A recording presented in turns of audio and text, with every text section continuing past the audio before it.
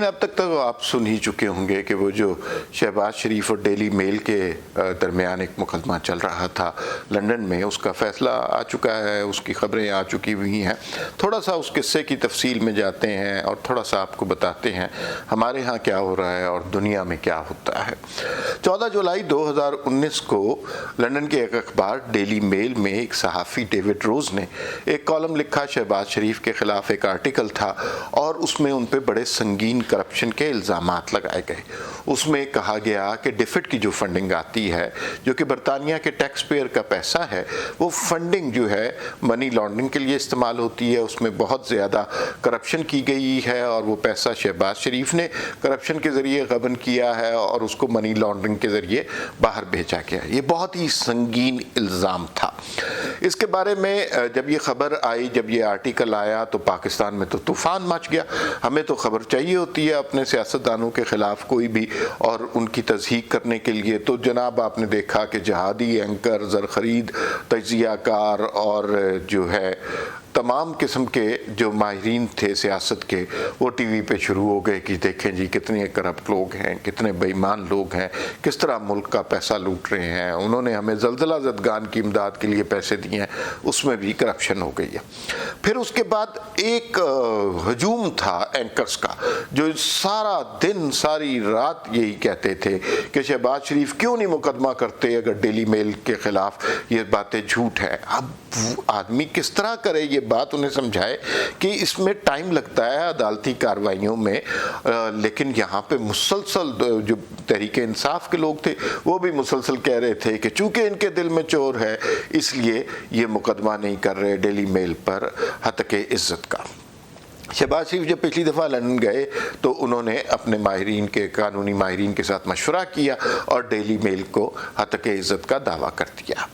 اچھا، یہاں پر جو صورتحال تھی اس کے بارے میں کوئی زیادہ خبر نہیں آتی تھی، لیکن یہ ضرور آتا تھا کہ بڑی کرپشن کر لی۔ اور شہزاد اکبر صاحب ہیں جو مشیر ہیں، انہوں نے ایک ٹیلی ویژن انٹرویو میں یہ بھی کہا کہ یہ خبر انہوں نے پرووائڈ کی ہے اور انہوں نے جو ہے یہ ڈیلی میل میں چھپوایا ہے، اس طرح کی بات انہوں نے کی۔ لیکن جب عدالت میں پیش ہوا یہ مقدمہ تو پتہ چلا کہ یہ تو سارا مفروضوں کی بنیاد پر ہے۔ عدالت نے کہا کہ اس کے پیچھے کوئی ثبوت نہیں ہے، اور ثبوت جن مفروضوں کی بنیاد پر بنائے گئے تھے وہ یہ کہ پاکستان میں جو نریٹو چل رہا ہے کہ لوٹ گئے، کھا گئے، کرپٹ لوگ ہیں، اور وہ کوئی ثبوت نہیں ہے، وہ صرف الزامات ہیں اور مسلسل الزامات ہیں۔ تو عدالت نے اس پہ بڑی سخت کارروائی کی۔ اب ہوگا کیا کہ اس کے اوپر یا تو ڈیلی میل کو شہباز شریف کو ہرجانہ ادا کرنا پڑے گا، ان کو جرمانہ ہوگا، اس صحافی کو بین کر دیا جائے گا، صحافت میں سے اس کا کریئر ختم ہو جائے گا، یا پھر اس صحافی کو اور ڈیلی میل کو پبلکلی اپالوجی کرنی پڑے گی، معافی مانگنی پڑے گی کہ انہوں نے بے بنیاد الزامات کس پر لگا دیے۔ اچھا، جو آج کی اس گفتگو کا مقصد ہے وہ یہ ہے کہ دیکھیے وہاں پر عدالتیں کس طرح انصاف کرتی ہیں۔ اگر آپ بغیر ثبوت کے کوئی بات کرتے ہیں تو وہ اس کو جج کرتی ہیں، اور اگر یہ صرف الزام ہے تو پھر الزام لگانے والے کو سزا ملتی ہے۔ پاکستان میں یہ قانون نہیں ہے۔ اگر پاکستان میں یہ قانون ہوتا تو تحریک انصاف کی ساری جماعت انکلوڈنگ عمران خان جیل میں ہوتے، اس لیے کہ یہ مسلسل مفروضوں کی بنیاد پر الزامات لگا رہے ہیں، کوئی ثبوت کسی کے پاس نہیں ہے۔ کبھی یہ 1 ارب کی کہانی لے آتے ہیں، کبھی پاناما کا قصہ لے آتے ہیں، کبھی شہباز شریف کے خلاف کرپشن، اور جس کا دل چاہتا ہے جو مرضی الزام لگائے۔ اگر دنیا میں کہیں اور یہ ہوتا، آپ ہتک عزت کا دعویٰ کرتے اور فوری طور پر دودھ کا دودھ اور پانی کا پانی ہو جاتا، عدالتیں بتا دیتی کہ یہ صرف الزامات ہیں۔ لیکن ہماری عدالتیں اس طرح کام نہیں کرتی انفارچونیٹلی۔ پھر اس کے ساتھ ساتھ میڈیا ٹرائل بھی شروع ہو جاتا ہے، اور میڈیا ٹرائل ایسا شروع ہوتا ہے کہ سارے لوگ ایک ہی بولی بولنے لگ جاتے ہیں۔ وہ کہنا شروع کر دیتے ہیں کہ دیکھیں جی ثبوت آ گئے ہیں، یہ تو بڑے کرپٹ لوگ ہیں، انہوں نے ملک کو لوٹ لیا ہے۔ کسی کے پاس کوئی ثبوت نہیں ہوتا،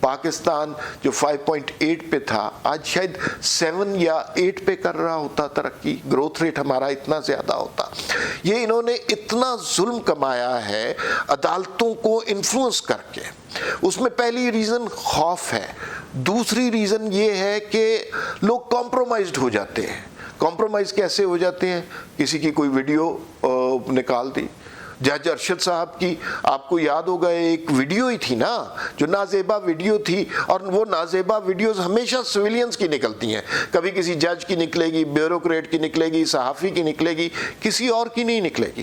اس کی بیس پہ انہیں کمپرومائز کر دیا گیا۔ تیسری بات لالچ ہے۔ لالچ بنیادی طور پر آپ کو درست فیصلے نہیں کرنے دیتی۔ اگر پاکستان میں انصاف کا نظام صحیح طور پر چل رہا ہوتا، ججز ثاقب نثار اور عظمت سعید جیسے کمپرومائز لوگ نہ ہوتے، تو اس ملک کی صورتحال بہت بہتر ہوتی۔ یہاں پر عوام کے ووٹ کو عزت دی جاتی، اور یہ جس طرح میڈیا کو ہاسٹیج رکھا گیا ہے، میڈیا ہاسٹیج نہ ہوتا بلکہ اکاؤنٹیبلٹی کر رہا ہوتا، اور اکاؤنٹیبلٹی صرف سیاستدانوں کی نہیں ہوتی بلکہ تمام ایسے اداروں کی ہوتی جو اس طرح کی کرپشن میں ملوث ہیں۔ میں بعض اوقات سوچتا ہوں، اور یہ بات کہتے ہوئے مجھے دکھ بھی ہوتا ہے کہ دل سے دعا نکلتی ہے کہ کاش پاکستان کے تمام فیصلے باہر کی عدالتوں میں ہوتے، اس لیے کہ ہمارے ہاں عدالتوں سے انصاف نہیں ملتا، صرف انتقام کی بو آتی ہے۔ اگر ہمیں انصاف چاہیے، اگر ہمیں اپنے آپ کو تسلیم کرانا ہے، تو شاید ہمیں باہر کی عدالتوں سے رجوع کرنا پڑے گا۔ یہی ہمارا ہم نے سبق سیکھا ہے تاریخ سے کہ جو اگر انصاف نہیں ہوتا تو ملک میں کرپشن بھی بڑھتی ہے، بدعنوانی بھی بڑھتی ہے، طاقتور کے حمایتی بھی پیدا ہوتے ہیں، غریب کو اور پیسا جاتا ہے۔ تو دعا کیجئے کہ جس طرح دنیا میں انصاف کا نظام قائم ہے، جس طرح دنیا میں قانون پر عملداری ہوتی ہے، اسی طرح کا کوئی سسٹم پاکستان میں ہو جائے، یا پھر یہاں کی ساری عدالتیں لندن شفٹ ہو جائیں۔